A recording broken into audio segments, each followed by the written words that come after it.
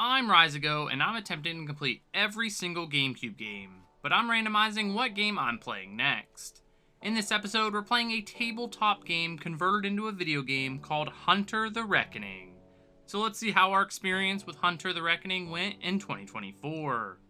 Hunter the Reckoning was released on November 19, 2002, and was developed by High Voltage Software and published by Interplay Entertainment. In Hunter the Reckoning, we're going to go through the new game story mode to consider this one complete. We have a total of 4 different characters we can pick from when we start the game: Defender, Avenger, Judge, and Martyr. These are not just specific characters, but they're also their creeds as well, meaning that they specialize in specific attributes. Those being strength, or the power of our melee attacks and guns; accuracy, how well we can hit the target; speed, how fast our character moves; conviction is our magic power, which I'll explain later on; and lastly, we have stamina, which somehow relates to how much health you have in the game. Those are going to determine how each character feels and plays during our time with this game. I went with Defender for my playthrough of this one, because she has the katana, and secondly, because her stats are very balanced at the beginning of the game. Strength at 2 out of 5, accuracy at 2.5 out of 5, speed at 2 out of 5, conviction at 2 out of 5, and stamina at 2 out of 5. This is the most neutral character that I've ever seen in any game, and I think it made my experience with this game much easier. When Hunter the Reckoning starts, we get a rather long cutscene that really works on building most of the story and the world of this game. We found out that the serial killer by the name of Nathaniel Arcady was being scheduled for execution by the way of electric chair, but when they went to do it, something went really wrong. I don't even know how this works, but for some reason, when they turn on the electric chair, it releases energy that turns everyone that was in there into monsters, besides the 4 characters we play as in this game. And then it starts resurrecting monsters from the grave of the Ashcroft prison. Our ragtag group of heroes are able to push back the monsters and lock them away in the prison so that no one would be bothered by them ever again. Then the narrator says that that's what they hoped would have happened, but a year later, a bunch of teenagers decided to throw a party on the same night that the dead was awakened. This causes the monsters to wake up again and break out of containment of the prison and into the city. Then our narrator ends up being the Judge character that we can pick from, and he tells us that we made a promise to come back and help, and that's what we're going to do. Come back and hunt. Because they're called hunters for some reason. Once the cutscene is over, it finally shows our character arriving at the subway station below the main city. Once we get off the train and it starts riding away, it blows up and a bunch of zombies come crawling out of it. I have no idea what destroyed it, but now we're stuck here, and this leads to the tutorial level of the game, and where I'm going to talk about how the gameplay for this game works. So let's talk about how the levels work first, and then we'll talk about the combat mechanics of the game after that. When we enter a level, we have some sort of objective to complete for that level. For the first level, it's just reading the tutorial glyphs on the wall, and then we can leave the level. We'll know when the level is complete when the glyph on the ground by the exit glows green. This will let us complete the level and save our game. There are some side missions in this game, but most of them are just saving survivors or finding a specific item, so they're not very important. When we save survivors around the city and different areas, we earn continues, which act as our lives for this playthrough. Now let's talk about the combat. If you don't know, Hunter the Reckoning is a third-person hack-and-slash game, but it's going to feel more like a top-down shooter during most sections of the game. Our characters will automatically be equipped with a handgun or smaller gun that has unlimited ammo, so we're never in a situation where we can't take something down. It might just make it very difficult to do so. Each character also comes with a melee weapon of some sort. My character, the Defender, has a katana sword, which I mentioned earlier, and this will never break or anything, so we will just always have it. When exploring each level, we can find special weapons along the way. Early on, we'll get things like a shotgun and a machine gun, and then later in the game, we'll find weapons like chainsaws, flamethrowers, and rocket launchers. These all have limited ammo, and once we use all of it, we have to find them floating around on the ground somewhere in each level. Each hunter has what are called edge abilities. Think of these as magic. The Defender gets one to heal herself, but each character gets a couple, and they do different things. I really only used the healing one for my playthrough because sometimes I would get beat down by something and really need to regain my health quickly. Speaking of healing, when we take down an enemy, they have a chance to drop a red or blue orb. Red restores a little bit of health, and blue restores a little bit of magic. So killing things can make it better while going through the level, instead of just running away from everything. Rarely, but sometimes they will drop ammo for guns, or new guns altogether. You'll see this in later levels with the zombie guards that shoot shotguns at us. Sometimes when we take them out, we'll get ammo, so that's pretty neat. But ultimately, this game is just a hack and slash game where we have to move from one place to another, then complete whatever objective we need to, and then leave that area. Pretty simple concept. Back to what we're currently doing. We are moving from one side of the subway to the other side, taking out mostly basic enemies in this game, which are just called zombies. Slow-moving humans that if you just run in a circle, you'll never get hit by them. Once we're about halfway through this level, we save a train conductor / mechanic, and he tells us that he can fix the subway and take anyone we save out of the city, but we have to give him some time. We agree to do this, and now anyone we save during the game will head back to the subway. I don't think we ever actually see anything about this, but it's a cool thought. The last thing to look at are the orange glyphs on the ground. These have multiple purposes throughout the game. Some of them will heal us, some of them will restore our magic, but hidden throughout the world are ones that will permanently increase one of our stats. So we can find one of these and use it, and then get a stat increase on our accuracy. So even if you don't need them for health or magic, it's good to check them to see if they're going to give you a buff. The first one just restores our health in case we needed it during the first level. That completes the first level, and there are going to be a lot of the same gameplay for a while. Next level takes us out into the streets where there are hordes of zombies, but still nothing we can't handle. Just run in a circle and you'll never have an issue. We did find our first power weapon in this area though, and that's the basic shotgun. This is great for doing extra damage and hitting multiple targets, but reloads rather slow. So we need to make sure that we don't get trapped while we're reloading with it. At the top left of the screen, it will show us our health in red, magic in blue, and then next to that is an image of whatever weapon or edge we're currently using.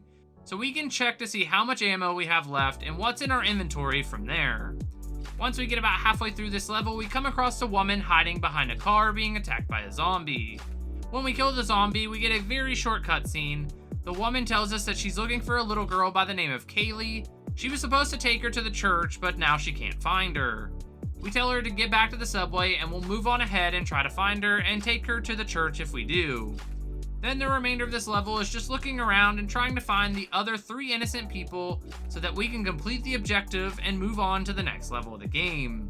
Before we can do that, however, we find 2 new enemy types. The first is what looks like an octopus that runs on the ground. It has a large head and 8 little legs coming off of it. They're actually pretty creepy. They're easy to kill and only take 1 shot. But if they get close enough to you, they'll explode, causing us to take a ton of damage. So there's something that shouldn't be taken too lightly. The second enemy we find in this area is a ghoul possessing a gargoyle statue. It walks on all 4s and it's very slow, but if we get hit by its attacks, they'll do a lot of damage. These things are sponges too, so if you're not using a special weapon on them, it's going to take a lot of running around shooting them over and over again to finally take them down. I ended up dealing with this later in the game. Once we save the final innocent person, the green glyph on the ground lights up, and then we can finish the level and move on to the next one. And that one takes place at an elementary school. The idea was to head here to see if we could find Kaylee. When we arrive at the school, we're swarmed by enemies, but it's the same ones we've been dealing with in the last couple of levels. Once we kill enough of the spawning enemies, it will cause a cutscene to trigger, and we're shown this giant meat grinder, 4-legged ugly monster breaking down the gates to the school. Our character calls it ugly, and now we have to fight it. We had some gargoyles still alive, so I just let them live while I took on a more intimidating foe. This boss isn't that difficult, but it turns into a slog for sure. We have very limited power weapons, and our pistol and sword are still in the first stages of experience, so we hardly do any damage to this thing. More enemies spawn in during this fight, so we can get health and magic restores, but they're more annoying than difficult because they'll just take shots instead of the boss, and we might waste some ammo for our power weapon on something like a basic zombie. I'm not sure if this was just my hardware, but when the enemies spawned in with this boss on the screen, I experienced a ton of slowdown. My frame rate was chugging along during this fight, so it made what was already a slow fight into an even slower fight. This boss has 2 attacks that it can do. The first attack is just a standard hit our character, which if we're far enough away, we don't have to worry about. And secondly, he slams his fist on the ground and causes a sonic boom of sorts. This doesn't reach that far away from his body, so it's really not that dangerous either. What I did during this fight was just have all the enemies follow me in the street, and I would run backwards shooting. Then once I reached the end of the street, I would run to the opposite side of the road and repeat this process back from where I came. That seemed to work great. When shooting the boss, you'll notice that every shot we land causes him to flash yellow. This is our indicator that we hit him and that his health is still very high. We can just look at the top middle of the screen if we want to check his health, but sometimes the boss fights are just too crazy, so this is good to know as well. Once we get him to about halfway, then it changes to orange, and when his health is low, it turns to red. This will happen with any boss fight during the whole game. I'm going to speed this fight up because it took so long to finish, but we did eventually get it done, and for killing the boss, we're awarded the Ward Edge ability. We get a cutscene right after this boss fight with a man that looks like Pinhead from the Hellraiser series. He brings us the girl and tells us that he knows we're shaking and scared, and that what happened a year ago is nothing to what is happening now. He goes on to tell us that the ghosts want to kill everyone, and they're all the spirits from any convict that died in the prison since 1931. Then he goes on to say if we find whoever's responsible for opening the land of the dead, if we take them out in this world, all the spirits will be violently ripped from this world, but anyone possessed that is more than 20 miles away will also die. No exception, and then he fades away and we finish the mission. Once that cutscene is finished, we're thrown into the cemetery level, and this one is actually somewhat boring. It's the same main enemies from the previous area, but this time we have to make our way to the church that's in the middle of the cemetery. We gotta do all this while watching Kaylee. She has a little health bar in the middle of the screen, and if it goes all the way down, then we have to restart the mission. There are only 2 missions in this game that are like complete the objective or restart the mission, and this is one of them. We also have to kill a bunch of enemies throughout the area to find a key that one of them will randomly drop on the ground. There are multiple locked gates in this section, and we need to find the key to get inside the church. The only new enemy we see during this level is the Poltergeist, a blue ghost that shoots blue orbs at us. They can be taken out with normal bullets and are pretty weak. They just spawn randomly, causing us to never know when they're going to show up. Then from killing so many enemies, we get our first random skill upgrade. Basically the idea of leveling up in a normal game. These will pop up throughout our playthrough of this, but it never says what skill was upgraded, it just tells us that our character upgraded. I would have liked to know if it was stamina or strength or something. Why not give us any information? After a lot of running in circles protecting Kaylee and trying to find the church key, we're able to get it and finish the level, entering the church and triggering a cutscene. In this cutscene, we enter the church. Kaylee's parents are there waiting for her. She drops her teddy bear and runs over to them. Kaylee and her family all embrace. Then the teddy gives off some sort of energy and transforms into a giant evil stuffed bear. The family notices it and our hero runs in to help, but before we can act, the teddy swipes at her parents, killing them both, just minutes after they were all reunited. This leads into the next boss fight of the game, the one with a massive teddy bear, and this fight is both easy and difficult at the same time. The teddy bear isn't that bad if we can stay away from it. We can use the objects in the church so that he gets stuck, and we can land a lot of good shots on it. However, if the bear is able to free itself and hit us, it does a lot of damage. So that's why I would say this fight could be easy or hard depending on your luck. The teddy bear has a lunge attack that is easy to avoid, and the one you want it to use the most. It also has an attack where it jumps up and slams down, causing a sonic boom on the ground that will knock us over. And then the weirdest attack that does a ton of damage is that it will puke stuffing onto us. I don't really know how it works, but it does so much damage to us. I actually died during this fight because I got trapped in the corner while trying to heal, and I just couldn't get away. This was no problem though, because I had 10 continues at this point already, and this was my very first death of the game. I was able to defeat it without dying again, and I just found that running in a circle and using our shotgun was the most effective way to deal with it. There are poltergeists in this fight too, but honestly they don't matter as much. Once we land the final hit on the teddy bear, we find out we got an upgrade for our healing edge. Gain to continue, and then this leads into another cutscene. In this cutscene, we see the teddy bear finally go down. All the spirits leave from it, and then our old friend Mr. Pinhead from the Hellraiser series claps for us and tells us that we won't let anyone's stuffed animal take us down. We demand he tells us who he actually is, and he says if I have to be called something, then you can call me Carpenter. Then he tells us that we're never going to be able to get into the prison from the main entrance, but he knows a way that we can get there, but it's just not the prettiest, and he moves the altar at the front of the church that reveals a stairway down into the catacombs. Then he fades away and we can head into the next mission of the game. The next level is the catacombs, and this does nothing for the game besides move us into the actual area we need to be in. There is a new enemy in this area with giant rats down here, but they're super easy and nothing to worry about. Our objective for this one is to save some innocents and then make it to the end of the tunnel and make our way into the sewers. We're able to do this without any real issues, so next up is the sewers. This is exactly what I would picture a sewers level being. There's water everywhere, but nothing that deep, and then walkways that we can traverse. I don't think I mentioned this yet, but we can jump in this game. Sometimes this will help us get away from enemies, and we can get to areas a little bit easier. But I think you can just beat this whole game without using it at all. Right at the beginning of this level, we find a security guard that has a handgun that will slowly fire irrationally. He's undead, so I'm not sure how he does it at all, so props to this fella for figuring it out without a brain. These enemies have a chance to drop weapon ammo, so we need to keep an eye out for that. Otherwise, this level is pretty simple. Go around and save some innocents.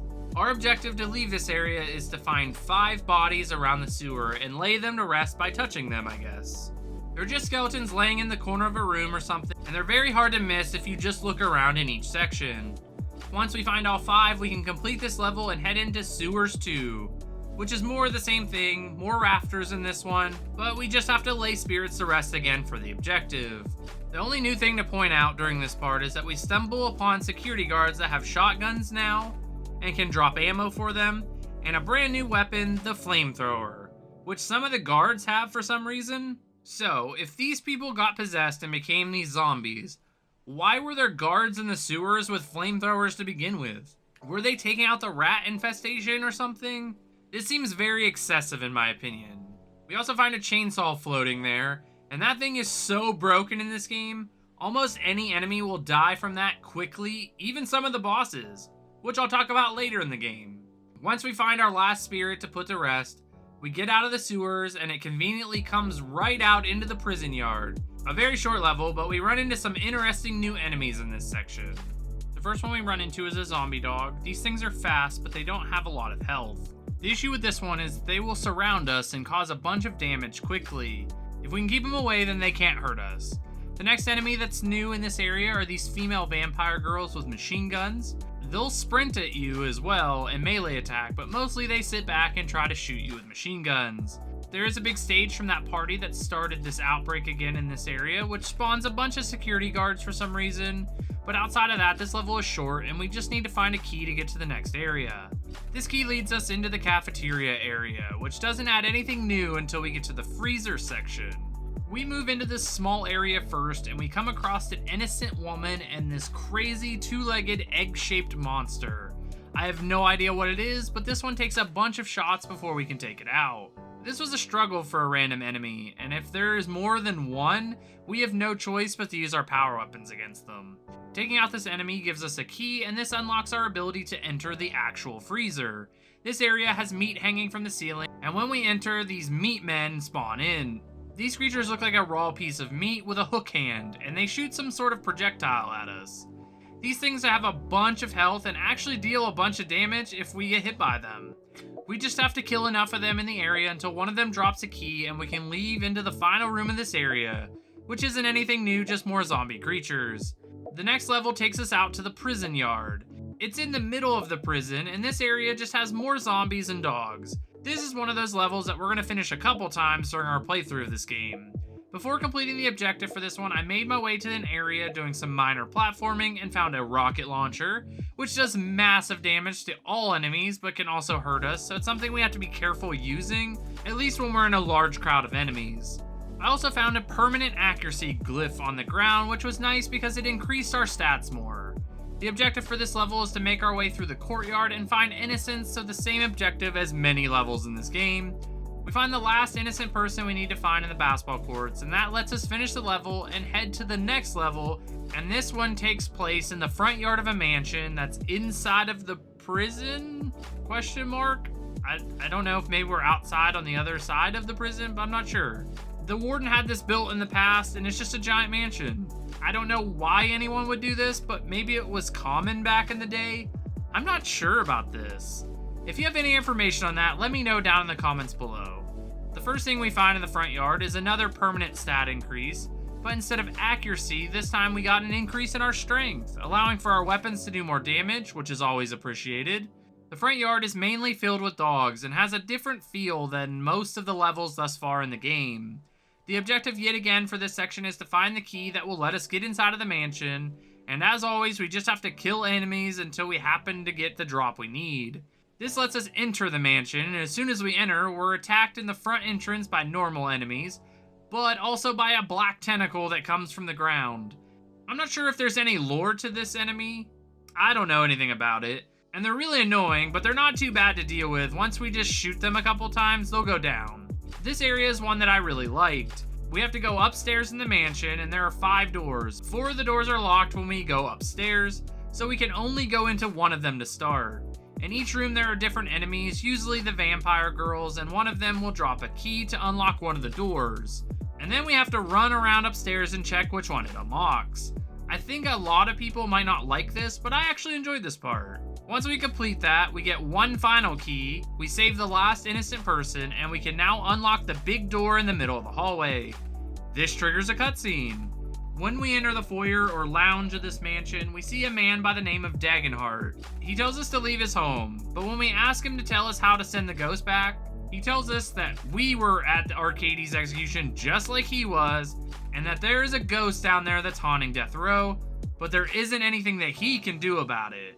We call him a liar and then shoot a bullet at him, which he avoids extremely fast because he's some sort of vampire.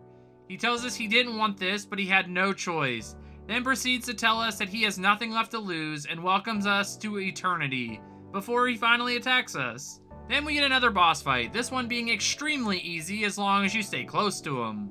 The more you stay away, the easier it is for him to hit you. I won't bore you too long with this fight, but basically I brought out my chainsaw and I just spammed it until he died. There is a healing glyph and an innocent in this area with him if you need to restore your health and want to save more people. He can attack us in 3 ways. First, if we're close, he'll try to hit us with his tentacle arms, which aren't hard to avoid. Secondly, he'll summon tentacles that come out of the ground around the boss fight area, nothing that can't be dealt with. But his last attack is the one that you have to be careful about. He charges up this shockwave that he'll release on the ground, so we have to just jump over it. But if we mess this up, or we just don't jump, then this attack does massive damage to us. So that's really our only problem during this fight. I think I probably talked for longer than this boss fight was with my chainsaw. So yeah, we defeated him. Yay, go us, we're the best. Our ward edge gets improved and we get another bonus continue. We get another cutscene right after the fight. There isn't much to this cutscene, it just shows them fall to the ground and die. And then we get to play again, and we just need to leave the mansion now to finish the level. We have to make our way through the front yard, then back into the prison courtyard, so then we can head to cell block 2 this time. This will slowly allow us to move towards Death Row. Once we get into cell block 2, we have to go through the visitation area, which has nothing new, then into the cell block where we get attacked by ghosts that are hanging from the ceiling, which is an odd choice, but they attack much like the poltergeist, besides there's a bunch of them all at once. The shotgun seems to be the most effective weapon against them because of how it sprays. In this level, we just need to save innocents before we can leave the area. So, nothing else really to talk about in this section, and we move on to the next part of the cell block. This next level has us going through the cells like something rammed through the cement between each one of them. That being said, we have to make our way towards the other side, dealing with an endless amount of these hanging ghosts. This part took forever because I wanted to save my power weapons for something else, so I was using my handgun, and it wasn't doing much. Once we make it to the end, we're attacked by the creature that was the first boss in this game. But this time, we're so much stronger and have better weapons that this thing goes down quick. We just have to worry about his sonic boom stomp attack still, but besides that, just stay away from it and just keep shooting. I decided to take him down with the upgraded machine gun, and I just ran in a circle for like 30 seconds, and that took him down no problem. Then I completed the objective for this level, and I earned another bonus continue. The next level is the rooftops. This leads from the cell block that we were going through, up onto the roof, across a gap using a walkway that's completely surrounded in fog, and then we head down into the hospital wing of the prison. There really wasn't much to talk about in this section, but I did discover a new thing during this level. If you're fighting enemies and they shoot at someone that is standing on a blue glyph, they can die, and you won't be able to do the side mission that they have. I didn't know this, and while fighting some vampire girls, they shot and killed the girl standing there. I couldn't do anything at all with it. Besides that, this area is just a massive enemy gauntlet with zombies, vampire girls, and gargoyles. But they're red now, meaning they do the same thing, but they just take more bullets. And then we need to find a key to unlock the door to the hospital, but there's also a group of innocents that are being held hostage, so we have to save them first. When we arrive to that area with all the innocents, the vampire girls spawn in and they just immediately start shooting at them. So you need to quickly get to them or they'll die. If they die, they turn into ghosts until you complete that part. Maybe to make you feel bad for letting them die? I don't know. I lost one in this exchange, but saved all the other ones. I also found out that I had 30 continues at this point in the game. I also experienced a lot of slowdown during this part with all the enemies that were spawning in during the level. This might have been my least favorite level in the game, and I just started using my power weapons so I could get through it. Once we found the key and saved the hostages, we're able to go to the doors for the hospital and move on to the next level, leaving this one in our far deep memory of this game. Once in the hospital, a very green hospital, we need to take down some zombies again, save more innocent people, which ends up being the objective for the first part of the hospital wing. The second part is much more interesting, but for now, let's talk about the new enemy that we find here. It's a human mutation that causes them to grow a big arm, and with that arm they can shoot these green ooze balls at us. They're not hard to avoid and it doesn't do that much damage to us, but if you let a bunch of them hit you at once, you could potentially lose all your health. Once we complete the first floor of the hospital, we move down into the second floor, which is very much the same as before, but this time we have a time limit of 6 minutes to go through each area, take out what enemies we can, save the innocent people, then make our way to the elevator and go further into the hospital. This part got me the first time and I got a game over because I didn't know that there was a time limit. It just shows up on the screen like every minute saying you got 5 minutes left, and I just wasn't paying any attention. But for my second attempt, I just ran around the area, saved the innocents, and never worried about the enemies. The level is challenging because the game throws every enemy we've seen at this point at us besides the vampire girls. We even get a return of the spider things that explode. I think this is a neat mission because it actually puts pressure on us while playing the game, because up to this point the game's been very simple. Anyways, after saving the last person and getting back to the elevators, we head down to the morgue of the hospital, which starts out with us just beating more of those weird arm human mutations. And then we head through some sort of locker room area, and then into these massive hallways that look like it leads to the sewer or something. This area has high ceilings and more of the mutations. We just have to make our way through this section until we get to the end of this hallway where there are mutations growing all over the wall. Once we enter that area, we get another cutscene. When this cutscene starts, we walk up to a man that's dressed like a doctor. He's experimenting on human bodies, so he's the one that's been making all these people mutate throughout this level. He complains that he's never going to finish if he keeps letting people come down there to interrupt him. You'll notice during this cutscene that his mouth isn't moving, but when he finally turns, he has a face on his arm. And also that arm is severely mutated. Since he's angry, he pushes the stretcher into the room behind him, pulls out a cane and slams it on the ground, starting our fight with the man named Hadrian. This boss fight is probably the most challenging boss fight in the game outside of the final boss. Which is fitting, but it's not really from Hadrian himself, it's from all the outside interference during this fight. Hadrian has one attack of his own. It's throwing these green orbs at us. They do okay damage, but they will poison us, which is a real problem. This attack is really easy to avoid though, and you shouldn't have to worry about it too much. There is a healing glyph in this area, so if you need to heal, you can do that. Our problems come when he starts spawning in enemies. When his health is high, he'll spawn in the walking egg-looking creatures, which aren't much of a problem now since we're stronger. Then, when his health goes down into orange, he'll spawn in two of the first boss creatures at the same time, which they're slow, so they don't really do too much to us. And then the hardest part of this fight is when he moves down into red health and he spawns both of the previous enemies, plus the exploding spider head monsters, which this little fella almost caused me to lose a life in this game. I found that the best strategy for this fight is to just focus on Hadrian. Try to ignore all the other creatures unless you have to deal with them. Since my revolver was high enough level now, the egg and spider creatures only take 1 to 2 shots to kill, so they don't even need power weapons to deal with. The first boss creature can be taken down with a revolver, but if you have to deal with them, I think a power weapon is better here. Also, when it comes to Hadrian, I decided to just use the shotgun on him, because I didn't need to be extremely accurate. I could just run by, get a few hits in on him, until I finally was able to take him down. I know this fight doesn't look that hard, and since we have 1,000,000 continues now, I could have finished this fight without much thought, but I was trying to complete this game with the least amount of deaths as possible, something I like to try and do in games instead of just carelessly rushing in and dying, so that's why I mentioned that it was difficult. Once we take him down, our rejuvenate edge is improved, we get a bonus continue, and this leads into another cutscene. This cutscene just shows him dying and his arm face doing weird tongue motions as he dies. I don't know if that was intentional, but it was super weird. We decided to burn everything in this area now, including Hadrian, and move on to the next level of the game. The next level is back to the sewers, but this time we need to find all the corpses hidden around them and burn them. We're also saving innocent people again, and we even find another permanent accuracy boost, which I think at this point, it's our best stat for the defender class. After finding the last thing of bodies in the sewers and burning them, we finish the level's objective and get access to the machine shop, which will include some new enemies, and apparently I found out while streaming that if we save 50 innocents during this game, we get the good ending.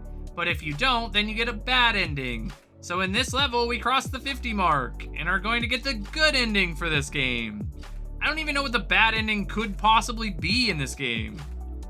Does just no one leave? Like, everyone dies? I don't understand. In the machine shop, there is mostly the same enemies we've been dealing with. But before we find the new ones, this game does something that we haven't seen yet.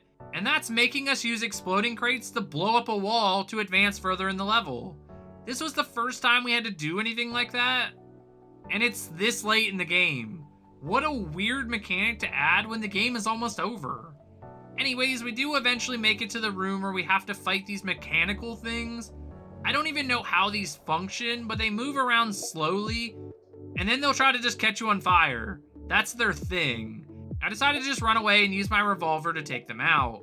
But this took me so much time, and I wouldn't recommend it. Just use the shotgun or machine gun. That would have made this so much easier to deal with. That's the last thing in the machine shop, and we can move on to the next level called Death Row. The place we've been attempting to reach for so much time now. The Death Row part isn't anything special either until the end. Just more going through cell blocks, dealing with ghosts and zombies, pretty standard stuff. Towards the end of this mission, however, we find ourselves in an area that looks like an old creepy house. Brick walls with layers of wood that used to be there. This is definitely one of the better looking areas in the game based on making the environment feel real and creepy.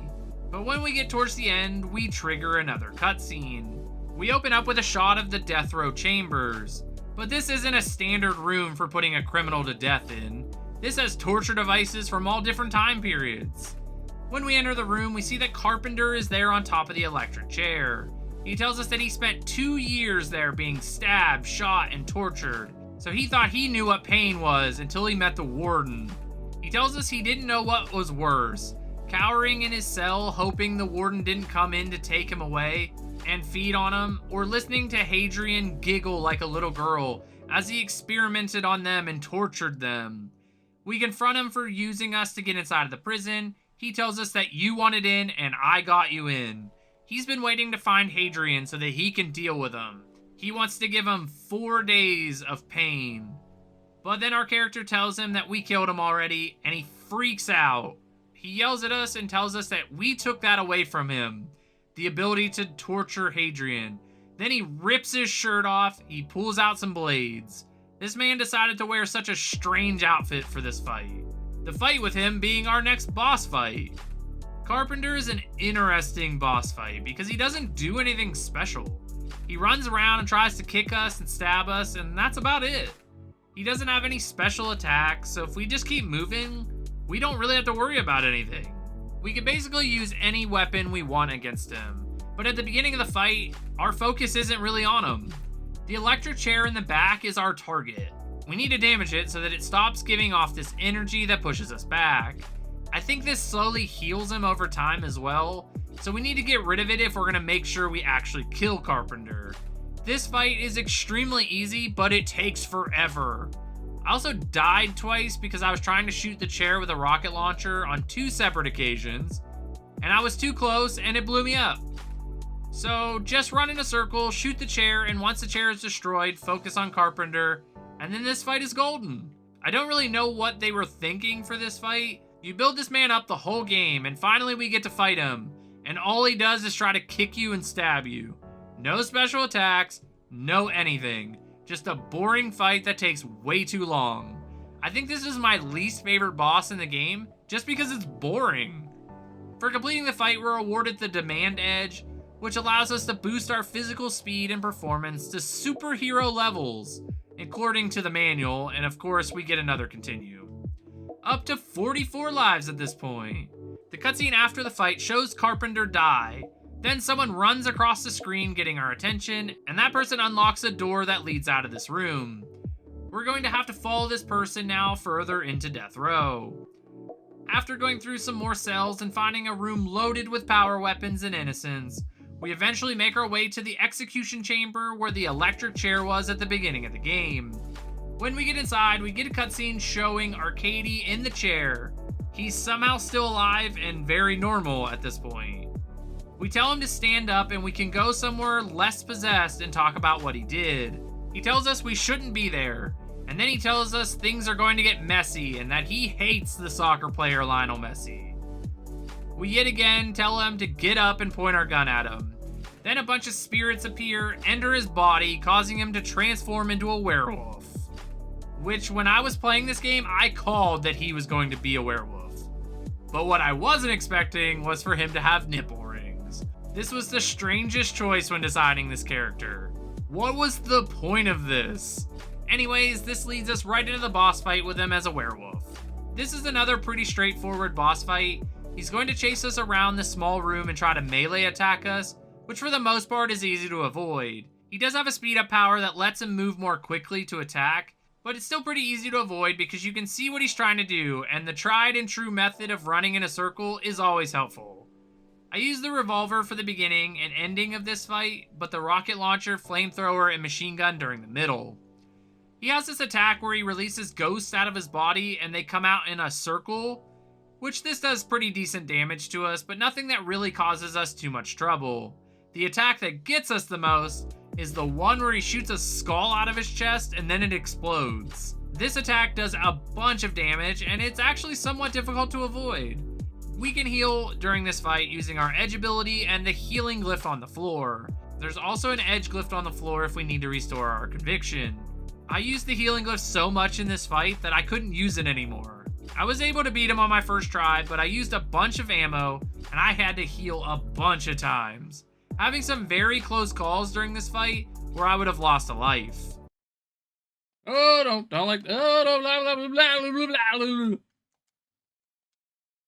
After some amount of time and just switching back to the revolver to finish the fight, I was able to take him out and end this one.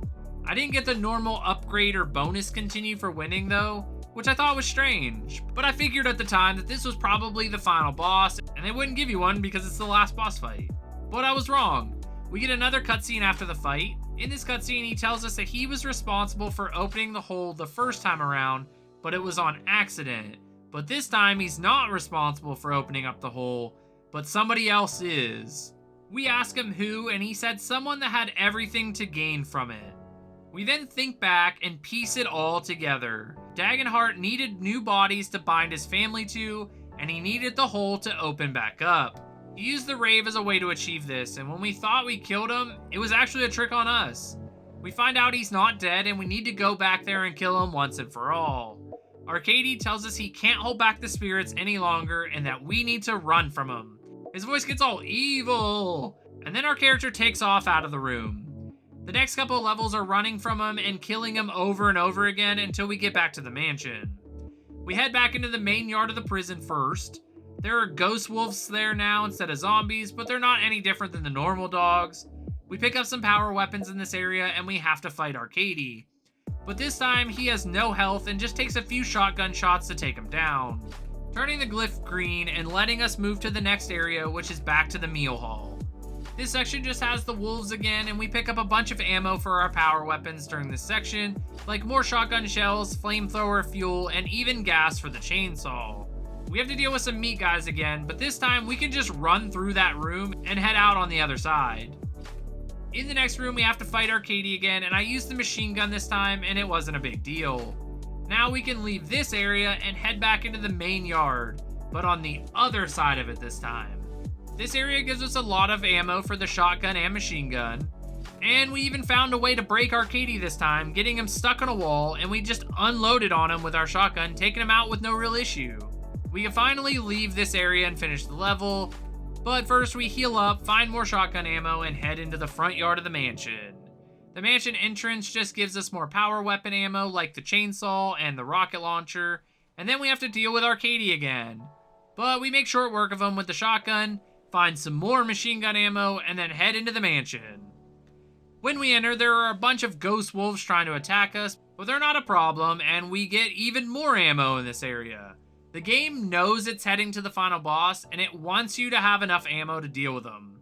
When we head into the room where we found Dagenhart the last time, we're greeted by Arcady one last time. Yet again, he's weak and it's nothing the shotgun can't handle. I was surprised by this though, and he attacked us as soon as we entered the room. I'm glad they made him easy because I couldn't imagine having to fight his true form every single time we ran into him. Once we take him down for the final time, we're attacked by some vampire girls, and then we get our last green glyph. And once we activate it, we can head into the final level of the game and finish Hunter the Reckoning for the GameCube challenge. So let's stop talking about it and see how we do in our last boss fight. When we enter the attic of the mansion, we get another cutscene where Dagenhart is standing in front of a red and black wormhole. He has 3 innocent people trapped in cages behind him. Arcady jumps in, but Dagenhart grabs him by his neck and sucks out all of his power, turning him back into a human and killing him. Then he tosses him aside like a ragdoll. It's actually quite brutal. He then tells us that all he wanted to do was bring back his family, but no, we couldn't let that happen. He tells us that they could have gone back into their normal bodies, but no, we had to burn the ones Hadrian had for them. And now he has to put them into these innocent people. He tells us that we can't do anything because we're just human and that he's eternal. Then he turns into this black and gray demon thing with tentacles. The game highlights the windows during this cutscene. All of them are boarded up at this point, preventing the sunlight from coming in, which would kill him because he's a vampire. Once the cutscene is finished, we can finally enter the boss fight with him. This boss fight is actually very hard. He's always trying to attack us with his tentacles, and after we get his health down a bit, he'll head back to that portal and heal himself. He will also make copies of himself that will do damage to us. We need to just focus on the real one and attack the window. We can only do damage to the window while he's healing though, which I didn't know this during this fight. I was just trying to attack the window during the whole thing, and I felt like I wasn't doing anything. I later found out that that was indeed the case, I wasn't doing anything. His attacks are very minor though. Besides the tentacles around the arena, he only tries to melee us when we're too close, and then he'll shoot these red orbs at us. If we're hit by them, it will slow us down and cause us to move slow, but they're pretty easy to avoid. This fight ended up being way too long because I didn't understand that he needed to be healing for us to do damage to the window. And it's also important to note that we can only do damage to the big window, not the other 2 small ones. When he makes copies of himself is when this boss fight gets really hard. We're taking so much damage that sometimes we just don't have time to heal, causing us to lose lives. I only died 4 times during this fight, which I didn't think was all that bad. And I had 48 continues at the start, so I don't think we were ever in a situation where I wasn't going to win this fight. At least I don't feel like I was. I decided to use my rocket launcher ammo to take out the 2 copies towards the end of the fight, and then I used my chainsaw on the real one, getting his health down into the red, before I used the chainsaw to break the final pieces of wood off the window. And when you do enough damage, the save game screen pops up, and that just ends the fight. I did save the 3 innocent people in the room, but if you needed 3 more to get the good ending, this would be your last chance to get them. I don't think this fight would have been as bad if I knew that we couldn't do anything to the window unless he was healing. Because at the beginning, I wasted so much ammo just shooting at the window and it wasn't doing anything. Overall, I think this was a fun final boss. It was challenging, but it never felt cheap. Dagenhart never felt overpowered like some boss fights were during this era of gaming. After the save screen, we get another cutscene. In this scene, it shows Dagenhart turning back into his normal form, and then the sunlight causes the red portal to hell to go away. This starts making all the souls return to the portal and leaving Earth. We got the good ending, so people are leaving on the subway, and Dagenhart gets sucked into the portal, and then it finally closes. It shows all 4 hunters walking towards the window, even though they weren't there, and then the credits roll. We finished the game and can add another one to our list of GameCube games we finished for this challenge. During the credits, we get a weird scene of Arcady as a werewolf dancing, which this was a strange ad, but I found it extremely funny when it popped up. Now it's time to find out if I would recommend this game. So would I recommend it? I think I would recommend this one. It's a fairly standard hack and slash game, but with guns. The story is decent enough and the boss fights are pretty fun. The game does a good job actually letting you feel the impact on the city. I think the game would be more enjoyable with friends, so maybe if you're going to play this one, get some friends together and play it that way. But let me know what you think about it in the comments below. If you want to know what game we're playing next, stick around. But if not, thanks for watching. Check out the last GameCube game that we finished that's on the screen now. If you made it this far, make sure to subscribe to the channel because it helps me out. Like and share this video so we can get more eyes on this challenge. And as always, we'll see you in the next one. Get our GameCube list up, and on the count of 3, we're going to find out what we're playing next. So 3, 2, 1. 275, which is NBA Street. It's an interesting one. I have not played this in a long time, so